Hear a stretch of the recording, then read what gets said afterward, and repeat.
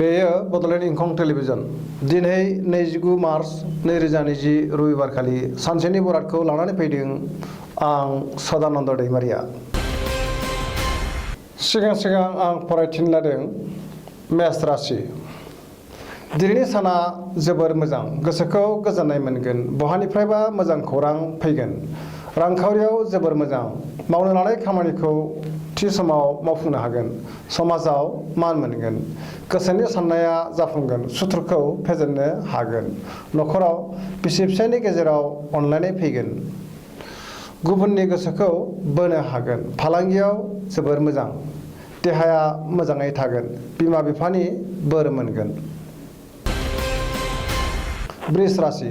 दिनैनि साना जोबोर मोजां, गोसोनि बोलोआ बांगोन, समाजाव मान मोनगोन, गुबुननि गोसोखौ बोनो हागोन। सोरबा गेदेर गोलाव सुबुंजों लोगो मोनलायगोन, मावनो लानाय खामानिखौ थि समाव मावफुंनो हागोन। रांखावरियाव जोबोर मोजां, आंखाल जानाय नङा, देहाया मोजाङै थागोन, गोसोनि बोलोआ बांगोन, मोजां साननो रोंगोन। न'खराव अनलायनाय फैगोन, गुबुननि गोसोखौ बोनो हागोन।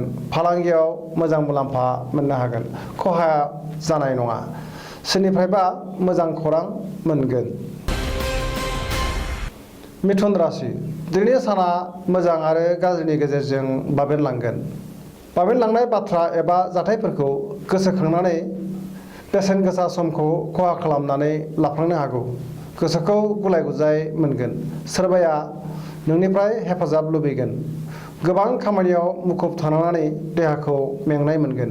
रांखावरियाव आंखाल जानाय नङा, समाजाव मोजां मान मोनगोन। फालांगियाव मोजां, अदेबानि खरसायाबो बांगोन। न'खराव अनलायनाय फैगोन, मोनाबिलिहालागै मोजां रादाब फैनो हागौ।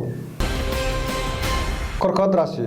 दिनैनि साना जोबोद मोजां, गोसोखौ गोजोननाय मोनगोन, सोरबा गोजाम लोगोजों लोगो मोनलायगोन। रांखावरियाव जोबोर मोजां, फालांगियाव मोजां नङा। न'खराव अनलायनाय फैगोन, देहाया बारा मोजां थानाय नङा, गगा बायदि बेरामजों लोरबां जागोन। बिमा बिफानि बोर मोनगोन, गोसोनि बोलोआ बांगोन, गुबुननि गोसोखौ बोनो हागोन। बहाबा थाङोब्ला गारि मथरखौ गाव सालायियानो गाहाम। सिंह राशि। दिनैनि साना मोजां आरो गाज्रिनि गेजेरजों बाबेनलांगोन, गोसोखौ गुलाय गुजाय मोनगोन। साननि समाव रंजा खुसि थागोन, नाथाय मोनाबिलि समाव देहाया मोजां थानाय नङा। जानाय लोंनायाव सांग्रां जानाया गाहाम। समाजाव मोजां मान मोनगोन, गुबुननि गोसोखौ बोनो हागोन। न'खराव अनलायनाय फैगोन। सोरजोंबा एना एनि दंमोनब्ला दिनै बे एना एनिया जोबलांगोन।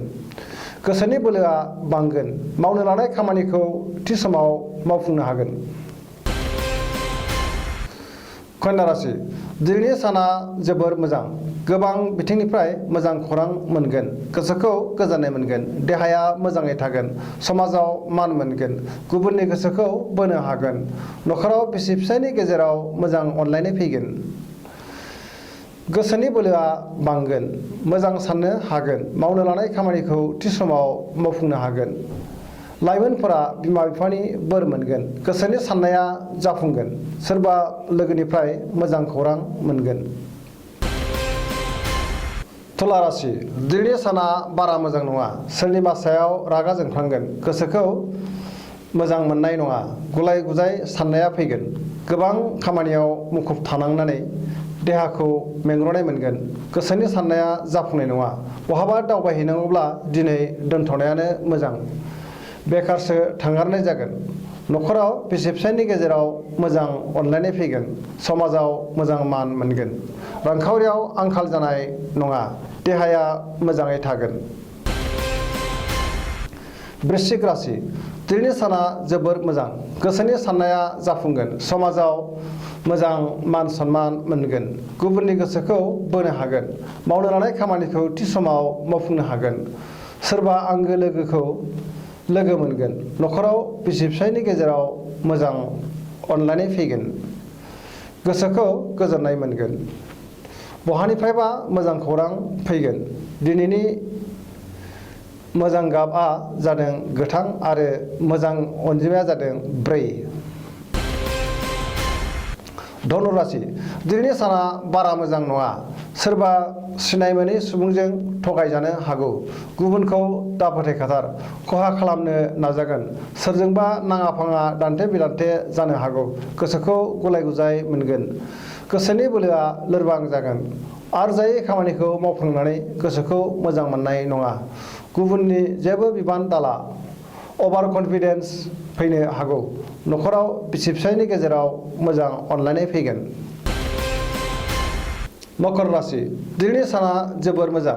देहाया मोजाङै थागोन। गोसोनि बोलोआ बांगोन। रांखावरियाव जोबोर मोजां। फालांगियाव मोजां मुलाम्फा मोननो हागोन। मावनो लानाय खामानिखौ थि समाव मावफुंनो हागोन। समाजाव मान मोनगोन। गोसोनि साननाया जाफुंगोन। न'खराव अनलायनाय फैगोन। मोजां साननो रोंगोन। जायखि खामानिखौ मावा मानो एसेयावनो मोजां फिथाइ मोननो हागोन। लोगोफोरनिफ्राय हेफाजाब मोनगोन। कुम्भ राशि दिनैनि साना बारा मोजां नङा। सोरबा सिनाय मोनै सुबुङा खहा खालामनो नाजागोन। गोसोखौ गुलाय गुजाय मोनगोन। सोरजोंबा नांलाय खमलायबो जानो हागौ। गोबां खामानियाव मुखुब थानांनानै देहाया मेंग्लिनाय मोनगोन। हांगा दावरायै जेबो गेदेर खामानिखौ मावथ'यैआनो गाहाम। गुबुननि बोसोन लानांगोन। नङाब्ला अभार कनफिडेन्सजों खहा जानो हागौ। सिगाङाव सोरनोबा रां होनो दंमोनब्ला दिनै सुख'जोबनो हागोन। न'खराव बिसि फिसायनि गेजेराव मोजां अनलायनाय फैगोन। लाइमोनफोरा मोजां खौरां मोनगोन। मीन राशि दिनैनि साना मोजां आरो गाज्रिनि गेजेरजों बाबेनलांगोन। गोसोखौ गुलाय गुजाय मोनगोन। गोबां खामानियाव मुखुब थानांगोन। देहाया मेंग्लिनाय मोनगोन। बहानिफ्रायबा मोजां खौरां फैनो हागौ। रांखावरियाव खहा जागोन। फालांगियाव मोजां नङा। अदेबानि मोनाबिलिहालागै गोबां मोजां खौरां मोनगोन। न'खराव बिसि फिसायनि गेजेराव मोजां अनलायनाय फैगोन। समाजाव मान मोनगोन। जोबनायाव आं बेखौनो नोंथांमोनखौ खावलायबावनो लुबैयो जाहाथे नोंथांमोना जोंनि बे बड'लेण्ड इंखं टेलिभिजनखौ साबस्क्राइब खालामो आरो लोगोसे गावबा गावनि सानसेनि बरादखौ मोनथिनानै लानो हायो। एसेनोसै गोजोन्थों।